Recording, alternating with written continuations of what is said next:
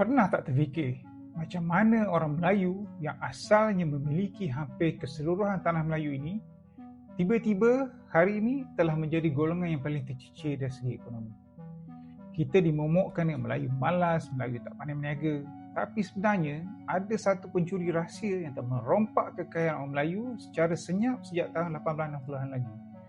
Menurut kajian Profesor Dr. Ahmad Kamil Madimira, mantan Dekan Fakulti Perbankan dan Kewangan Islam UAE, orang Malaysia mulai sadar dengan satu hal, yaitu mereka merasa dijajah oleh orang-orang asing, terutama dari China dan India. Tanah mereka dijual murah dan mereka sulit mendapatkan tanah. Mereka kerja di kantoran harus bersaing dengan orang China dan India. Kalau misalkan mereka tidak bisa bersaing di kantoran, kalau turun ke bawah ada pekerja imigran dari Bangladesh dan Nepal. Ini membuat mereka terjepit dan merasa tidak enak gitu.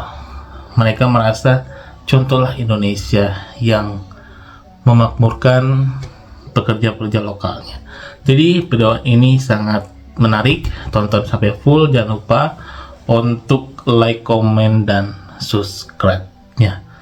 Let's go ke video. Let's go. Puncanya adalah sistem perbankan wang fiat yang berasaskan riba. Beliau telah menghasilkan kertas ilmiah ini yang tajuknya Wang Fiat dan Kemunduran Ekonomi Masyarakat Melayu. Sejarahnya bermula semasa bank swasta pertama dibuka di Pulau Pinang pada tahun 1860-an oleh British. Bank-bank ini telah mencetak wang kertas mereka sendiri dan mula memberikan pinjaman berusulkan riba. Akan tetapi, orang Melayu yang pada masa itu amat berpegang pada Islam, mereka boikot dan tak langsung sentuh sistem perbankan riba ini. Tetapi tidak kepada kaum pendatang, terutama kaum Cina. Wang fiat baru yang dicipta di atas angin ini, banyak disalurkan kepada mereka yang tak tahu dan mungkin tak peduli pun akan haramnya riba. Kesannya, berlakulah financial exclusion, iaitu peminggiran kewangan secara sistematik pada orang Melayu. Melalui sistem fractional reserve banking, bank boleh mencipta wang berbilion-bilion ringgit atas angin saja daripada pinjaman yang diberikan tanpa bersandarkan kepada sesuatu yang punya nilai yang nyata seperti emas. Lambakan duit ini menyebabkan inflasi, dan inflasi inilah yang merompak kuasa beli orang Melayu, mengecilkan saiz kekayaan mereka sehingga tanah-tanah dan rumah-rumah di bandar-bandar besar seperti di KL dan Pulau Pinang hari ini sudah tidak mampu lagi dimiliki oleh orang Melayu. Hanya mampu tengok saja. Apabila jurang kekayaan ini semakin membesar, lahirlah masalah sosial yang kita nampak pada hari ini. Kemiskinan, kelandangan, masalah akademik, kes dadah, sehinggalah kepada isu rasuah di kalangan penjawat awam. Mana taknya, tengok bangsa lain pakai welfare, dia nak pakai juga. Gaji ciput, yang ada kuasa, jadi jalan mudah, terima rasuah. Dan jadi pengkhianat, merosakkan negara dan tak fikir kesannya kepada anak cucu dan bangsa sendiri. Maaf ya, welfare tu tak masuk dalam kertas ilmiah ni. Rasuah tu ada. Allah buat bangsa ni ada tanah. Kaum dia ada tanah dia.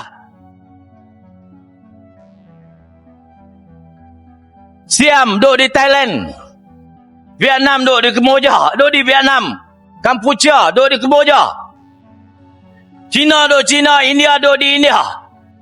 Kita jangan alpa, jangan lalai, jangan asyik main game, jangan asyik dekat tayang motor, jangan asyik jadi buang, jangan jadi baruah DAP.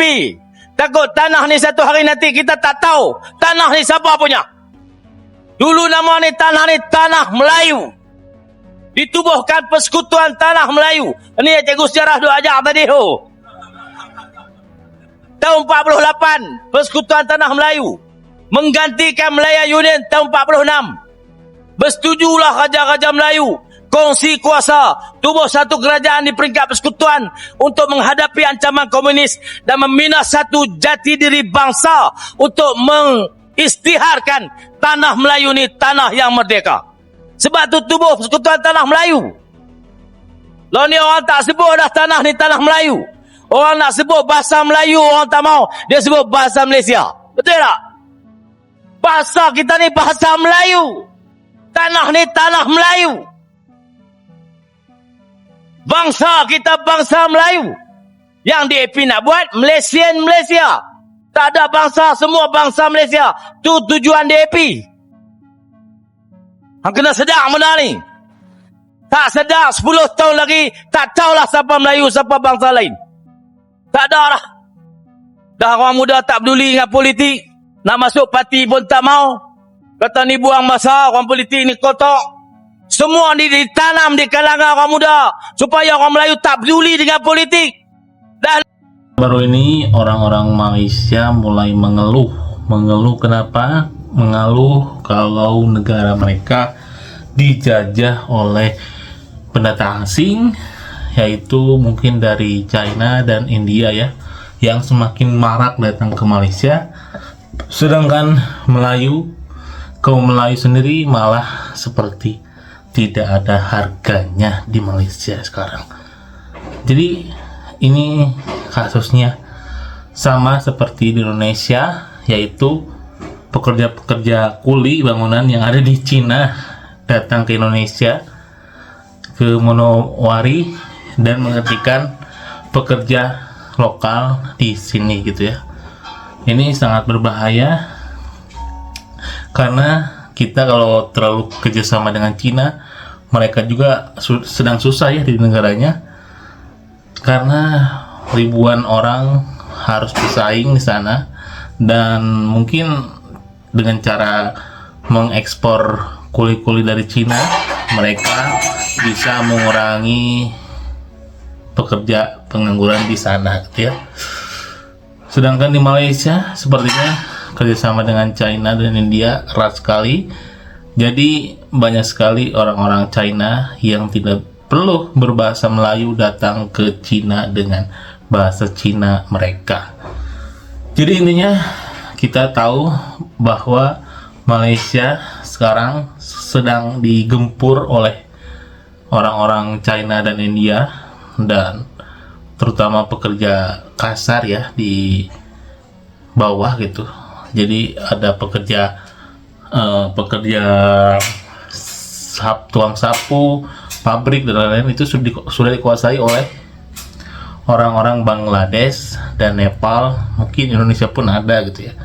Sedangkan di Malaysia atau orang Melayu sendiri, mereka seperti kejepit gitu, antara di atas mereka bersaing dengan China, di bawah mereka kalau ingin bekerja kasar harus bekerja lebih keras karena bersaing dengan orang-orang imigran Nepal dan Bangladesh.